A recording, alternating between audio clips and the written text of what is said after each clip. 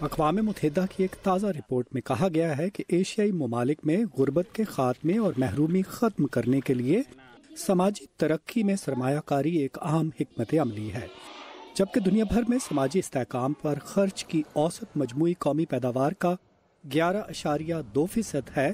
ایشیائی خطے میں اس مقصد کے لیے صرف 3.7% خرچ کیا جاتا ہے، لیکن پاکستان اور بھارت 2% سے بھی کم خرچ کرتے ہیں۔ تاہم اس کے باوجود مجموعی طور پر خطے میں گزشتہ 15 برسوں میں غربت میں کمی آئی ہے۔ Poverty is not increasing. The gap غربت بڑھی نہیں، غریب اور امیر کے درمیان تفریق بڑھی ہے۔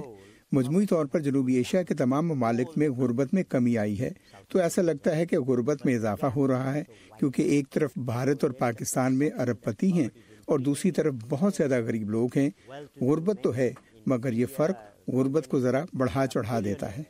عالمی ادارے کی رپورٹ کے مطابق پاکستان میں غربت میں سب سے زیادہ کمی خیبر پختونخوا میں آئی ہے۔ پانی کی فراہمی، نکاس آب اور صحت عامہ کی سہولتیں صوبائی دارالحکومتوں میں تو کسی حد تک موجود ہیں، مگر باقی علاقوں اور اضلاع میں ان کا فقدان ہے۔ اقوام متحدہ کے سابق اہلکار اور عوامی ترقیاتی شعبے کے ماہر کہتے ہیں کہ اسی وجہ سے غریب اور امیر لوگوں میں تفریق زیادہ نمایاں ہے۔ I think it is a little bit of an exaggeration to say that there has been no improvement in people's living. یہ کہنا مبالغہ آرائی ہے کہ لوگوں کی زندگیوں میں کوئی بہتری نہیں آئی۔ دراصل بر صغیر اور نیپال میں آج کے دور میں لوگوں کی اوسط عمر میں اضافہ ہوا ہے، لوگ زیادہ صحت مند ہیں اور مجموعی طور پر اپنے والدین اور بزرگوں کے مقابلے میں نسبتاً زیادہ بہتر زندگیاں گزار رہے ہیں۔ ہمیں یہ اس لیے نظر نہیں آتا کیونکہ تفریق بڑھ گئی ہے۔ ہم مشرقی ایشیا میں اپنے پڑوسی ممالک کے مقابلے میں قدرے پیچھے اور غریب ہیں، مگر انتہائی غربت کے لیول میں کمی آئی ہے۔ Comparatively, we are poorer.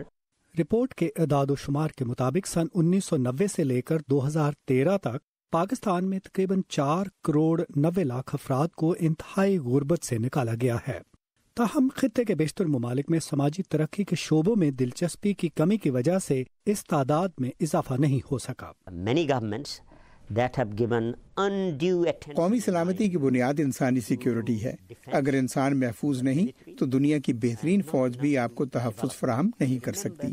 Pakistan اور دوسرے ممالک دفاعی اور عسکری معاملات کو غیر ضروری ترجیح دیتے ہیں اور انسانی فلاح و بہبود اور تحفظ کے معاملے میں پس و پیش سے کام لیتے ہیں۔